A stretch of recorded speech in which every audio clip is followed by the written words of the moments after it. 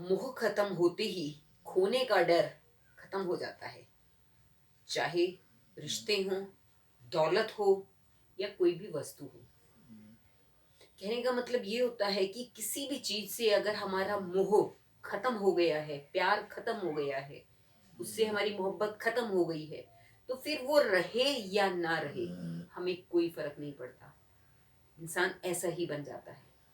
तो अब आपको सोचना ये है कि आपने किस चीज के प्रति मोह पैदा करना है या करवाना है, और किस चीज के प्रति मोह पैदा नहीं करना, ताकि वो खो भी जाए तो आपको कोई फर्क नहीं पड़ना चाहिए।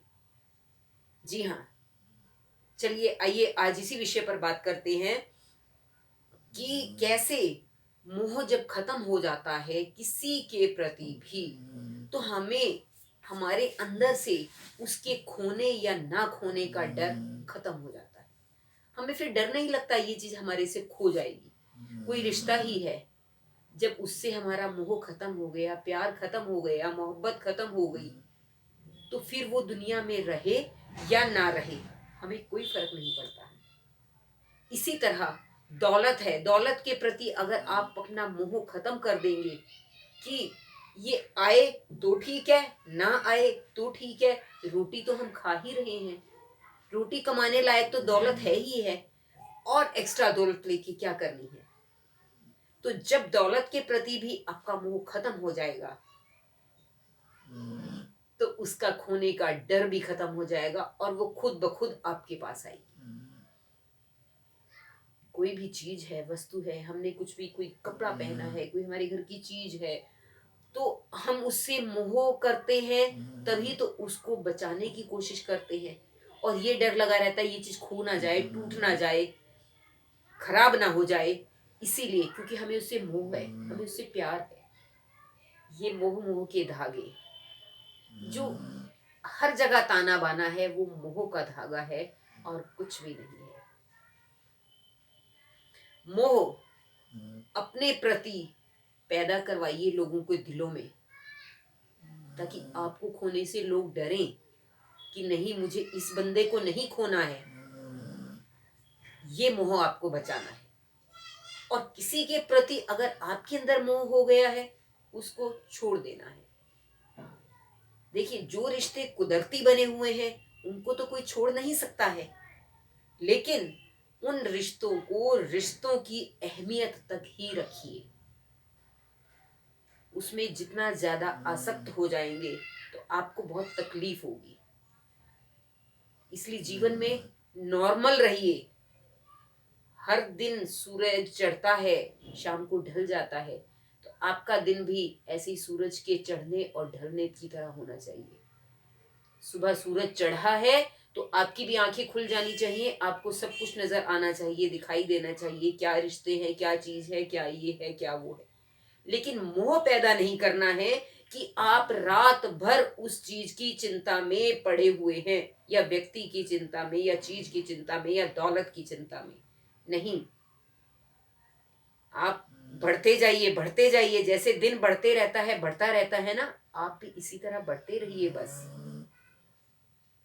लोगों के दिलों में अपने प्रति मोह पैदा कीजिए। बस मोह की सीमा इतनी ही है, और किसी चीज के लिए मोह पैदा मत करिए और ना होने दीजिए। ऐसा होता है ना, पड़ोसी की कोई चीज बाहर रखी है या कहीं भी रखी है, तो हमें उससे मोह नहीं होता। उस चीज को कोई उठा के ले जाए या कोई वेस्ट कर दे, खराब कर दे, या कुछ भी हो जाए, हमें कोई फर्क नहीं पड़ता। लेकिन हाँ, हमारी अपनी चीज होगी, हमारे घर के बाहर, नीचे, इधर उधर कहीं भी पड़ी है, हम उसको सहेज सहेज के रखेंगे कि ये हमारी चीज है, ये खराब नहीं हो जाए, इसको कोई उठाकर नहीं ले जाए, ये वेस्ट नहीं हो जाए। तो ये क्या हुआ? मोह हुआ। हमें अपनी चीजों से तो मोह होता है, दूसरी की चीजों से मोह नहीं होता। तो मोह अपनी चीजों से भी करना बंद करिए। हाँ, अपनी चीजों की केयर करनी है, सॉरी, केयर करनी है अपनी चीजों की, अपने रिश्तों की केयर करनी है, लेकिन उसके लिए आप बस जिम्मेदार बनिए। उसको मोह में मत आने दीजिए। जिम्मेदारी और मोह में, दोनों में बहुत फर्क होता है। एक बच्चा पैदा होता है, तो माँ बाप की वो जिम्मेदारी हो जाती है कि जब तक उसको पाल पोस कर अपने पैरों पर खड़ा ना कर दिया जाए तब तक वो आपकी जिम्मेदारी है। लेकिन ये नहीं कि उसके मुंह में आपने बाकी सारी चीजें खत्म कर दी हैं। नहीं, ये फर्क होता है मोह और जिम्मेदारी में। आप बच्चे के प्रति अपनी जिम्मेदारियां रखिए। आपको पता है मुझे बच्चे को फीड करवाना है, खिलाना पिलाना नहलाना, जब तक वो अपने आप अपने कार्य नहीं कर सकता। जैसे ही बड़ा होता है आप उस पर वो सा कार्य छोड़ देते हो, फिर आप उसकी पढ़ाई लिखाई की चिंता करते हो, और बड़ा होता है आप उसकी कैरियर की चिंता करते हो। तो आपको बस यहीं तक करना है। उसका कैरियर बन गया, उसका अपना घर बन गया, फिर उससे मोह धीरे धीरे धीरे धीरे खत्म करिए। और उल्टा उस समय उसमें अपने प्रति इतना मोह पैदा कर दीजिए कि वो आपको खोने से डरने लग जाए। ये होता है मोह और जिम्मेदारी। तो चलिए आज का विषय यहीं खत्म करते हैं, नहीं तो वीडियो ज्यादा लंबा हो जाएगा। अगले वीडियो में आपके साथ एक और नया विषय लेकर फिर से आते हैं। तो मेरी मोटिवेशनल स्पीचेस को सुनने के लिए मेरे चैनल को आप सब्सक्राइब करते रहिएगा। धन्यवाद।